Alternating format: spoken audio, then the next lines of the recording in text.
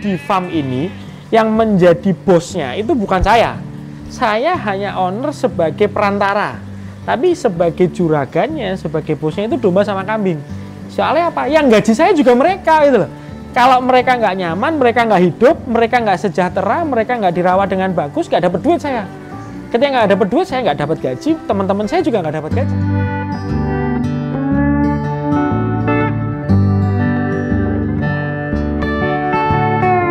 Ketika kami beli dari supplier ini, kami pastikan bahwa supplier ini yang tahu bagaimana handling ternak. Jadi kami lihat supplier itu, kalau dia bawa ternaknya itu dijambak gitu, terus kemudian ditarik-tarik bulunya, kami nggak bakalan beli dari supplier itu, karena itu menyakiti ternak. Jadi kami lihat bagaimana handling si supplier ini. Oh bener nih, kalau mau bawa kambing domba, dia digendong, dia nggak boleh ditarik-tarik, disakiti, itu nggak boleh. Ketika kemudian si ternak ini sampai di kandang kami, nah ini nggak kemudian ternaknya langsung masuk, nggak. Jadi ada beberapa treatment yang harus kami kerjakan. Satu, kami kasih multivitamin. Jadi semua ternak yang masuk ke kandang kami itu dianggap ternaknya capek, ternaknya sakit, ternaknya apa, sehingga pertama kali dia harus dapat multivitamin. Yang kedua, dia harus dapat obat cacing. Kenapa? Karena kita nggak tahu histori sebelumnya dia dikasih makan apa, terus kemudian rekor dari kesehatannya bagaimana, kita nggak tahu. Jadi ketika sampai ke tempat kami, dia harus dikasih obat cacing agar kemudian parasit yang ada di perutnya dia itu bersih. Ketika dikasih makan, nanti dia bisa gemuk, potensi makanannya itu bisa terserap tubuhnya dengan maksimal. Terus kemudian kita kasih anti parasit juga, karena yang namanya ternak itu kan kadang-kadang ada parasitnya, ada kutu dan lain sebagainya, kita kasih anti parasit. Sampai ke pola perawatannya kami perhatikan. Contoh pola perawatan yang kami perhatikan, misalnya nih, musimnya ini dingin, kelembapan tinggi, hujannya tinggi, cempe itu kedinginan. Nah, maka di kandang-kandang cempe kami itu ada lampu penghangat, biar mereka kalau malam hangat. Ya, artinya kami harus memperhatikan sedetail itu. Gitu. Sampai kemudian kami harus memperhatikan kebersihannya. Nggak boleh kandangnya itu sampai, mohon maaf ya, intilnya numpuk, amoniaknya berlebih, nggak boleh gitu. Jadi kami harus bersihkan dia. Kenapa? Ketika dia nyaman, ketika kemudian dia sehat, maka dia berpotensi memberikan hasil yang maksimal. Ketika dia memberikan potensi hasil yang maksimal, otomatis kami juga mendapatkan penghasilan yang maksimal juga. Di farm ini yang menjadi bosnya itu bukan saya. Saya hanya owner sebagai perantara. Tapi sebagai juragannya, sebagai bosnya itu domba sama kambing. Soalnya apa? Yang gaji saya juga mereka gitu loh. Kalau mereka nggak nyaman, mereka nggak hidup, mereka nggak sejahtera, mereka nggak dirawat dengan bagus, nggak dapat duit saya. Ketika nggak dapat duit, saya nggak dapat gaji, teman-teman saya juga nggak dapat gaji. Jadi artinya kami memposisikan bahwa komoditas yang harus kami muliakan itu adalah domba dan kambingnya.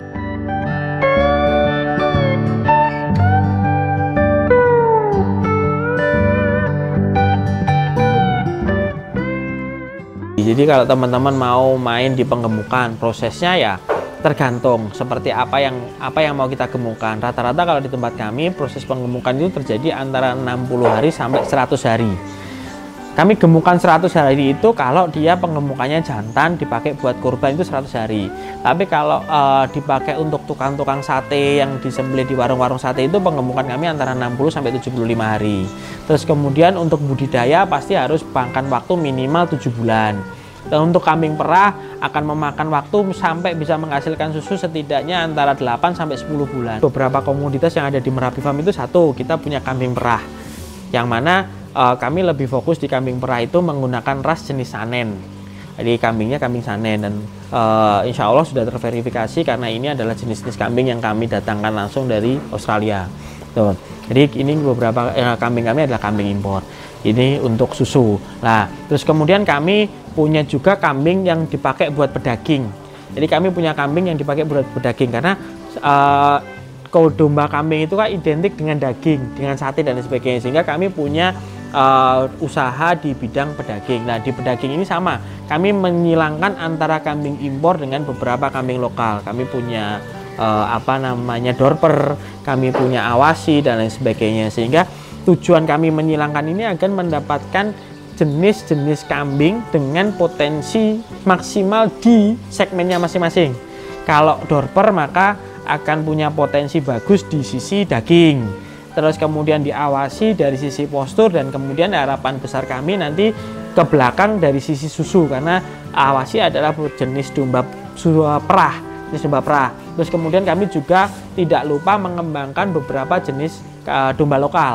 Jadi domba-domba lokal, domba-domba Garut, domba-domba Priangan itu yang dia punya tanduk, dia punya postur, kami ada semua. Jadi kita punya susu, kita punya daging. Terus kemudian kita juga punya beberapa jenis kambing hias, karena kadang-kadang sekarang orang melihara kambing itu bukan untuk daging atau susu, buat hias.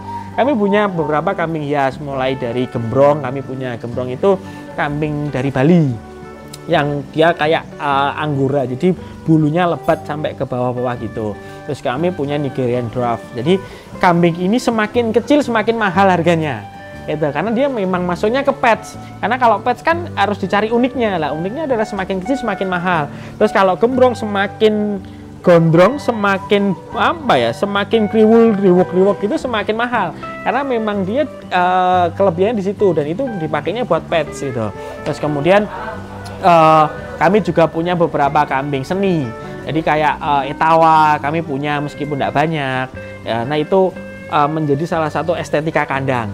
Terus kemudian kami punya domba-domba seni lokal, jadi memang dia yang dikonteskan secara genetik, domba lokal yang punya potensi bagus sehingga dia dipakai buat kontes. Milih ternak yang bagus itu bagaimana sih? Kan ada beberapa kriteria yang kemudian ditunjukkan, oh ternak yang bagus itu satu, bulunya mengkilap, matanya bersih, nggak kemudian nggak belekan, nggak apa gitu. Terus kemudian secara postur proporsional panjang dan tingginya.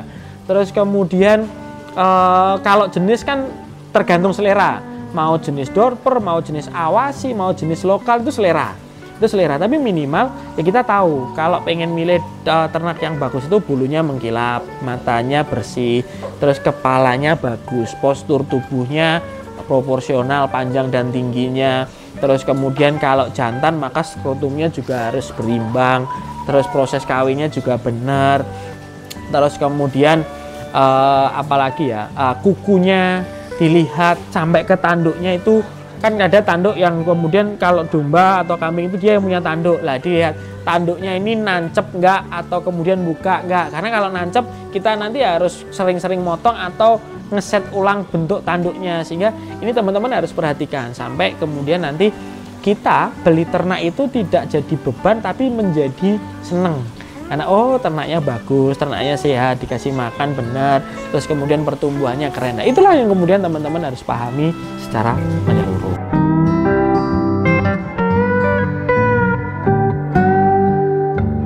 Di Merapi Farm juga ada pabrik pakan, kami jurusan pengolahan pakan.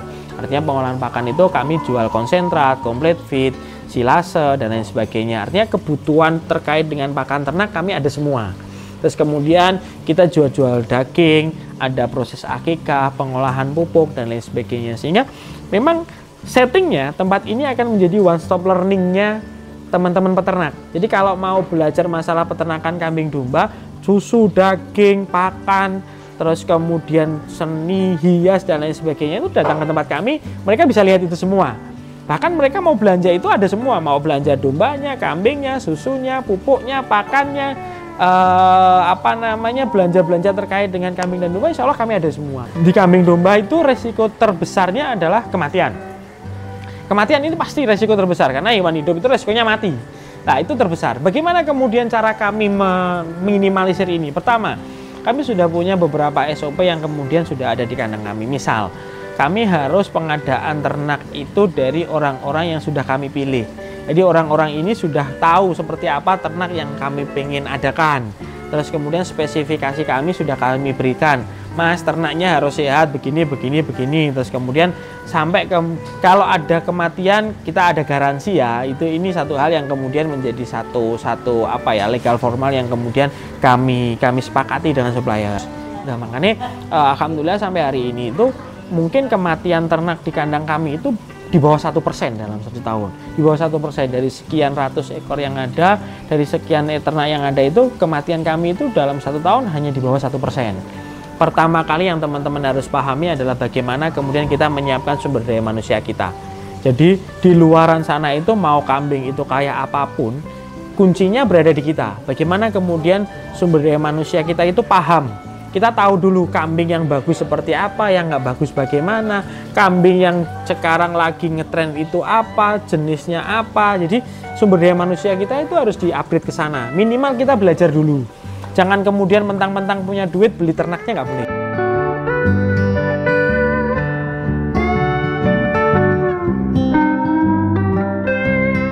Terima kasih kepada Punca Media yang sudah berkenan untuk meliput usaha kami, dan seperti biasa mari kemudian kita berpikir menciptakan peluang usaha kita sendiri, dan kemudian kita nanti akan kemudian berdiri di atas usaha kita sendiri.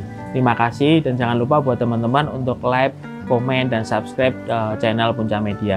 Terima kasih. Assalamualaikum warahmatullahi wabarakatuh.